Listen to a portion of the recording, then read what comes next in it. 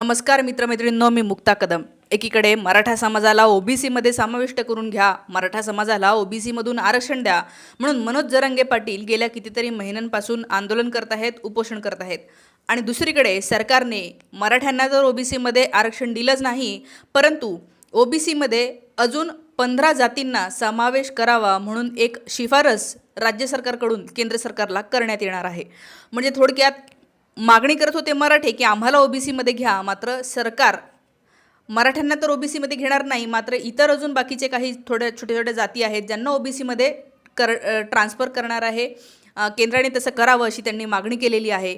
आणि याच्यावर जे काही सध्या राजकारण चालू आहे ते आपण पाहूया. आणि दुसरं म्हणजे नॉन क्रिमी लेअरची मर्यादा यांनी वाढवलेली आहे आणि त्याच्यामुळे गरीब विद्यार्थ्यांचं नुकसान होण्याची शक्यता आहे असंही बोललं जातं आहे.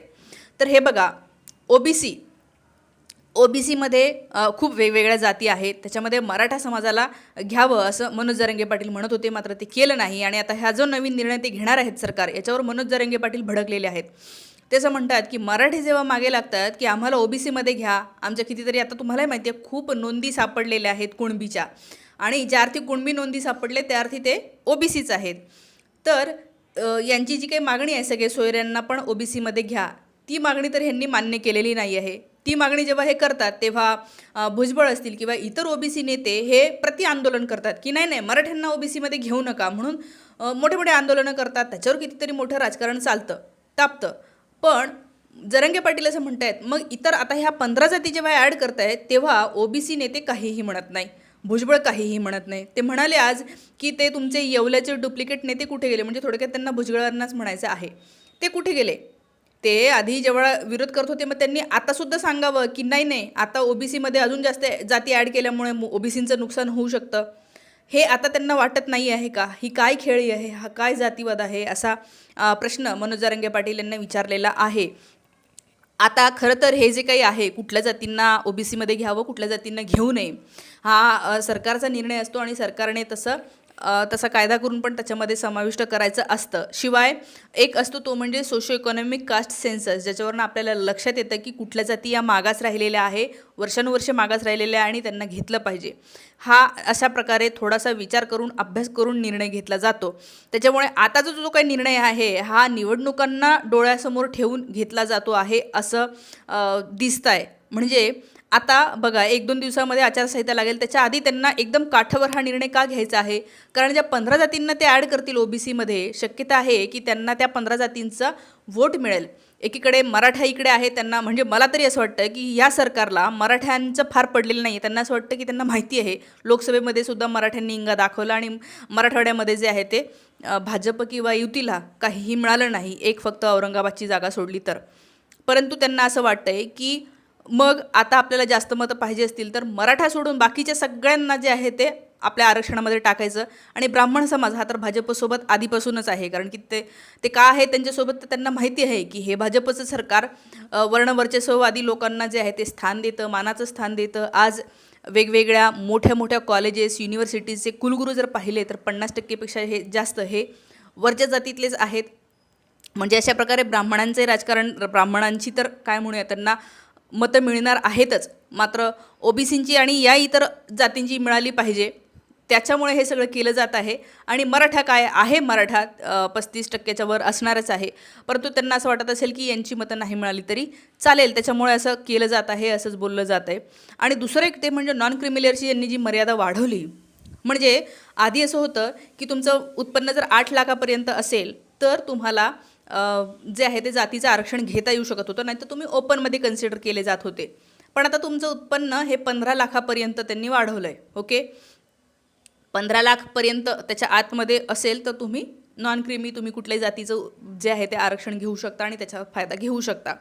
आता याच्यामध्ये असं बोललं जातं आहे की याचा फायदा जो आहे तो जास्तीत जास्त श्रीमंत या समूहातल्या लोकांच्या विद्यार्थ्यांना, मुलांनाच मिळणार आहे.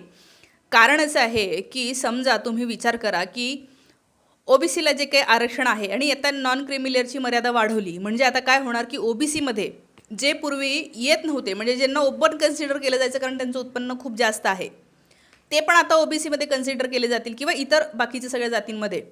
त्यामुळे काय होणार आहे की त्याच्यामध्ये गर्दी वाढणार आणि ओपनसाठी जी जागा आहे, ओपनमध्ये नाहीतर यांनी भरले असते फॉर्म किंवा ओपनमध्ये कन्सिडर केले असते, तर मला असं वाटतं की तिथली स्पेस जी आहे ती वाढवलेली आहे. म्हणजे तिथे ओपन कॅटेगरी, जनरल कॅटेगरी, जे गरजवंत मराठे नाही आहेत, ब्राह्मण कम्युनिटीमधून येणारे लोक आहेत, इतर वरच्या ज्या जाती आहेत, ज्याला म्हणूया जे ओपनमध्ये येतात, त्यांना तर खूप मोठा स्पेस तिथे मिळणार आहे. आणि दुसरं म्हणजे हे जे SC ST OBC मधले लोक होते त्यांना त्यांच्यातलेही जे जास्त श्रीमंत असतील ते ह्या कोट्याचा उपयोग करतील आणि त्यामुळे काय होईल तर जे गरीब असतील या सगळ्या ह्याच्यामधले त्यांना मात्र नुकसान होऊ शकतं असंही बोललं जातं आहे. तर हा सगळा मुद्दा आणि मला तर 100% हेच वाटतंय की आता निवडणुका तोंडाच्या समोर डोळ्याच्या समोर आहे आणि त्यामुळे त्यांनी असा निर्णय घेतलेला आहे की आता या इतर एक्स्ट्रा जातींना आपण OBCमध्ये घेऊया अशी त्यांनी मागणी केलेली आहे. अजून हा निर्णय झालेला नाही आहे, परंतु मागणी केली म्हणजे तो निर्णय अर्थातच घेतला जाऊ शकतो, कारण की यांचं सगळं जे आहे ते गुजरातवरून चालतं आणि त्यामुळे सूत्र जी आहे ती तशीच फिरतात. शिवाय आपल्या राज्यामध्ये सुद्धा शिंदे सरकार, शिंदे नाही काही करत, फडणवीस हे सांगतात आणि शिंदेंनी केलं असं आपल्याला दिसतं. त्यामुळे हे जे काही आहे तर असंच होताना दिसते आणि त्यामुळे मनोज जरांगे पाटील हे संतापलेले आहे की कुठे गेले OBCचे नेते, ज्यांना वाटत होतं की मराठी आले तर आमच्या याच्यात कॉम्पिटिशन होईल आणि आमचं जे आहे ते हिसकावलं जाईल, आमचं हक्काचं आरक्षण. आणि आता ह्या 15 जाती ज्याची की चर्चासुद्धा नव्हती, ज्यांची मागणीसुद्धा केली नव्हती, ज्याचं काहीही अजून हे आलेलं नाही आहे पुरावे किंवा काय म्हणूया की असा डेटा नाही आहे की यांना खरोखर OBCमध्ये घ्यावं, अशा अनेक जातींना घेऊन हे नेमकं काय करणार आहेत हा प्रश्न मला असं वाटतं की महत्त्वाचा आहे. आणि माहिती आहे का, हे आरक्षणाचे प्रश्न इतके महत्त्वाचे आत्ताच्या घडीला नाही आहे. आत्ताच्या घडीला हे सरकार जे काही करत आहे अनइथिकल आहे. यांना कुठल्याही प्रकारची मॉरॅलिटी यांच्याकडे नाही आहे. हे इमॉरल आहेत सगळेच्या सगळे आज सत्तेमध्ये बसलेले लोक आणि म्हणून हे सरकार पाडणं जास्त गरजेचं आहे. आज शेतमालाला यांनी भाव दिलेला नाही आहे, शेतकऱ्यांची कर्जमाफी झालेली नाही आहे, 40% लोकांना पीक विमा मिळालेला नाही आहे, इथल्या 2 लाखपेक्षा जास्त पदं जी आहेत ती सरकारी भरलेली नाही आहे, रिकामी आहेत. मॅक्सिमम पैसा अदाणी आणि अंबानीला कसा जाईल हे पाहिलं जातं आहे. सिमेंटचे रस्ते बांधण्यावर हे 30,000 कोटी वगैरे खर्च करतात. आपल्याला माहिती आहे 50% सिमेंट देशभरामधलं प्रोड्यूस कोण करतं? अदानी करतं. म्हणजे अदानीकडून सिमेंट घ्यायचं, थोडक्यात त्यांनाच तो पैसा फायदा होणार आहे. तर अशी सगळी जी काही यांची धोरणं आहेत ही लोकहिताची धोरणं नाही आहेत.